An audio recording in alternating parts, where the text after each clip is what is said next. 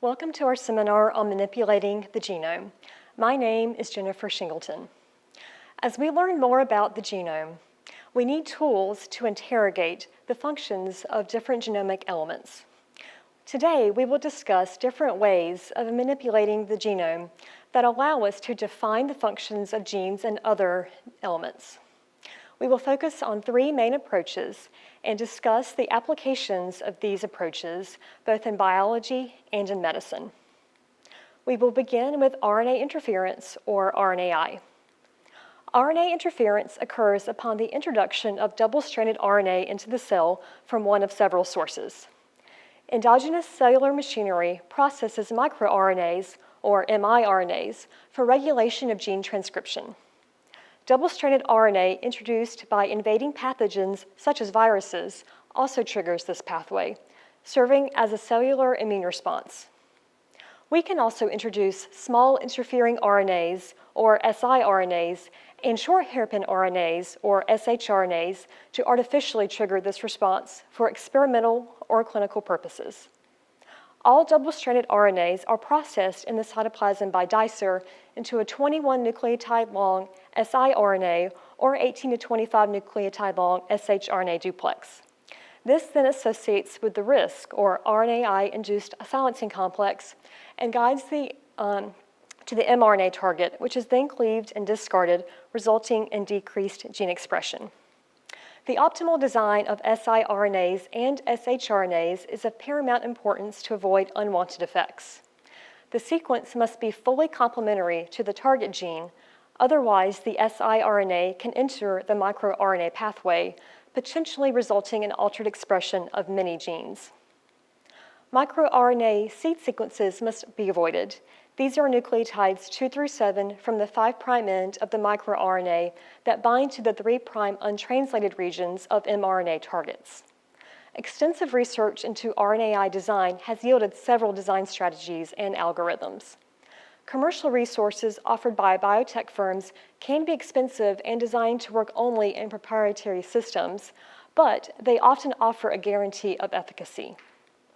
Academic resources, on the other hand, are freely available, but offer no such guarantee, leading researchers to design and test many different sequences to find the most effective with the fewest spurious targets. There are two main categories of RNAi delivery methods: viral vectors and non-viral vectors. Delivery by viral vectors can lead to either stable or transient expression of the RNAi molecule, depending on the type of virus. When delivered by lentiviral vectors, as shown here, shRNAs can integrate into the host genome, resulting in stable expression in mitotic cells.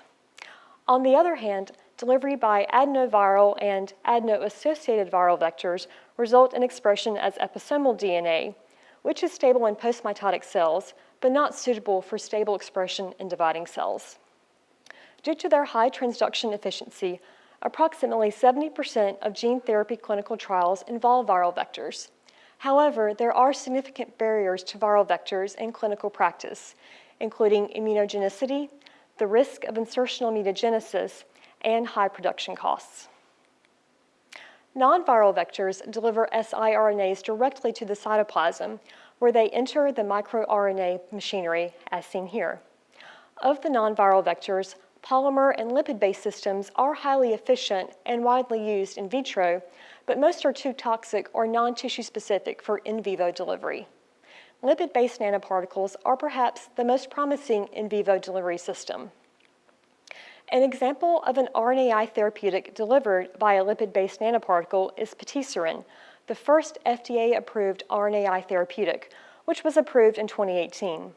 It was developed by Alnylam to treat hereditary transthyretin amyloidosis, or HATTR, an autosomal dominant progressive disease, with a life expectancy of 2 to 15 years after onset of symptoms.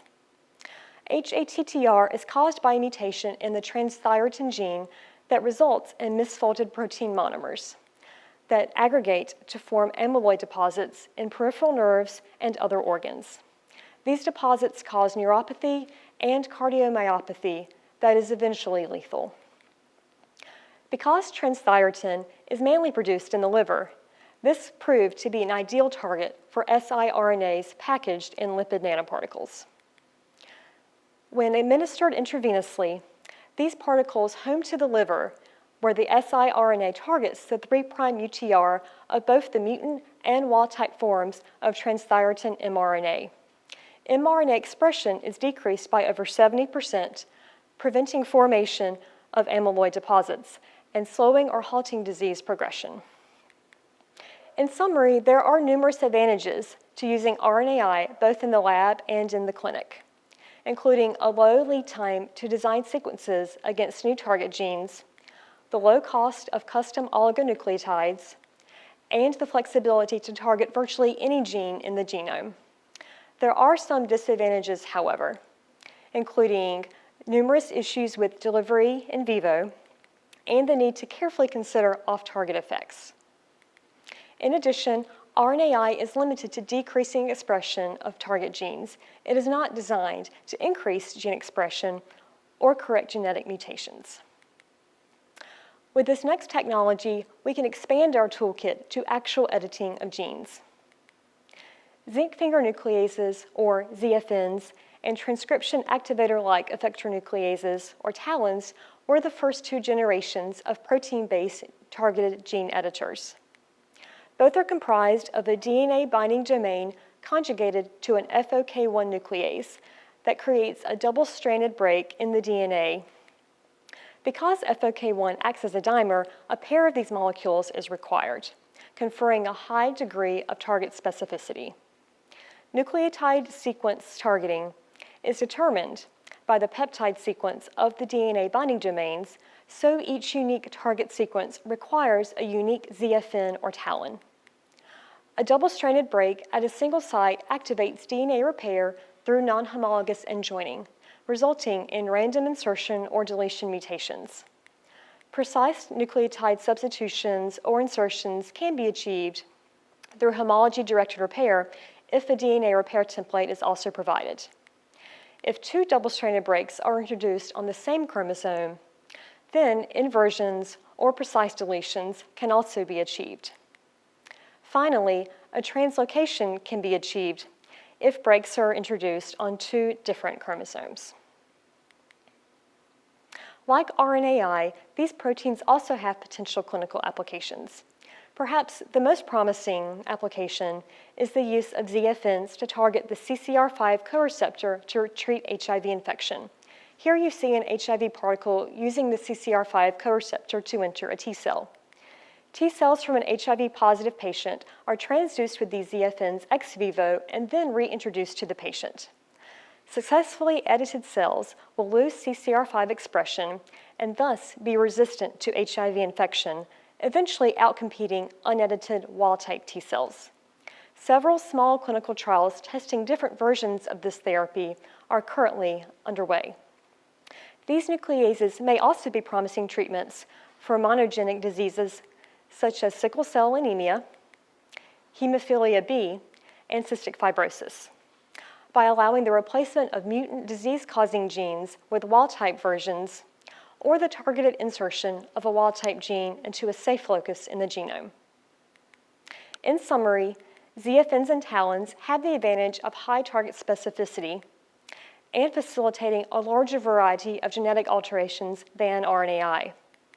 However, in vivo delivery issues remain, and they are not as simple or inexpensive to design as siRNAs or shRNAs, so there is a long lead time for each new target gene. This barrier mostly accounts for their replacement in research labs by the next gene editing technology we will discuss, CRISPR. Hi, my name is Sean, and I will give an introduction to CRISPR. The CRISPR system was discovered as an adaptive immune mechanism of bacteria and archaea. It is then developed to a gene editing tool. The work has just been awarded the Nobel Chemistry Prize this year. There are 2 classes and 6 types of CRISPR systems, in which Cas9 is the most commonly used system for gene editing. The system is shown here at the left side, which consists of the target DNA, a single guide RNA, and the Cas9 protein. The single guide RNA shown in purple here recognizes and binds to the DNA region containing a 20 nucleotide matching sequence, followed by a specific short sequence named PAM. The Cas9 protein will then make a double-stranded break to the DNA. After DNA was cut, the cell will repel the break in two different ways. The break may be fixed by non-homologous end joining, leading to insertion or deletion of a short sequence at the region. This results in mutations that often cause a frame shift or early stop codon of the gene, thus disrupting the gene expression. Alternatively, if a donor DNA template presents, a homology direct repel may take place, and the template sequence will be inserted into the break. Compared to zinc finger nuclease and TALEN, CRISPR provides a much easier way to target a region of DNA because the specificity comes from the RNA instead of the protein. In addition to the original nuclease activity, other manipulations to the target genes can also be achieved by deactivating the Cas9 nuclease activity and fusing or recruiting various functional domains to the system as shown at the left side here. Some representative tools include gene activator, gene repressors, epigenetic modifiers, and single base editors. The CRISPR has a wide application. In the lab, it is used for genome-wide knockout or activation screening. It is also used to generate genetic models, especially for targeting multiple genes. In diagnosis, it can be developed as sensitive probes against specific nucleic acid sequence to detect virus infection. As a therapy, it holds promise to correct mutated gene leading to diseases.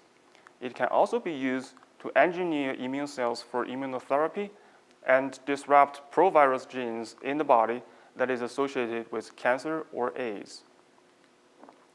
Here, let's take a further look at the therapeutic application. To apply CRISPR to human body, there are two ways. In the in vivo editing, the system was delivered in the form of virus or nanoparticles directly to the human body. The easily accessible tissues include the eye, liver, and cervix. Alternatively, gene editing can also be performed ex vivo. In this approach, cells are taken out from the body. CRISPR is then applied to correct or engineer the cells in the lab, and edited cells will then be infused back to the human body. An example of in vivo editing is the trial to treat a genetic blindness disorder caused by a mutation at an intron of gene CEP290 in the eye. By applying the CRISPR system to the eye by virus, two double-stranded breaks were made flanking the mutation. The deletion of the mutated piece will restore the normal transcription and translation of the gene. An example of ex vivo editing is to treat sickle cell disease. It is a blood disorder caused by a point mutation in hematopoietic stem cells, leading to impaired red blood cells. The hematopoietic stem cells can be easily isolated from bone marrow or periphery blood. CRISPR can then be used to correct the point mutation. The corrected normal hematopoietic stem cells will then be infused back to the body and produce normal red blood cells. To use CRISPR, there are 3 steps to be considered. First, we need to pick the right CRISPR tool for our purpose. Second, we need to design the guide RNA for the target. There are many tools available. The main consideration is the efficiency of the gene, the predicted off-target effect, and the location of targeted sequence in the gene. Most of the time, we will pick multiple top-ranked guides and verify them through experiments. Lastly, we need to pick a method to deliver the system into the cells. Many viral vectors are available to transduce the cells, leading to integration of the system permanently. Alternatively, electroporation of Cas9 protein and single-guide RNA can lead to transient activity of the system in the cells, which is sufficient for gene editing in many cases. So now we know the CRISPR system has provided a feasible and efficient method to target DNA. It also stands out for its multiple capability, making the genome-wide manipulation feasible. In addition, it provides a spectrum of tools to modulate the genes in different ways. However, there are some disadvantages for CRISPR. The efficiency of delivery is limited by the large size of the system. There is always a risk of off-target effects. The human immune response to the presence of a CRISPR system in the body is unclear. And there has been reports of mechanism repressing the system in mammalian cells, such as p53. In summary, today we have discussed three major tools. Things to be considered when applying these methods include ease to use in lab settings, multiple capabilities, and delivery efficiencies. A comparison between the strengths of each method is listed here.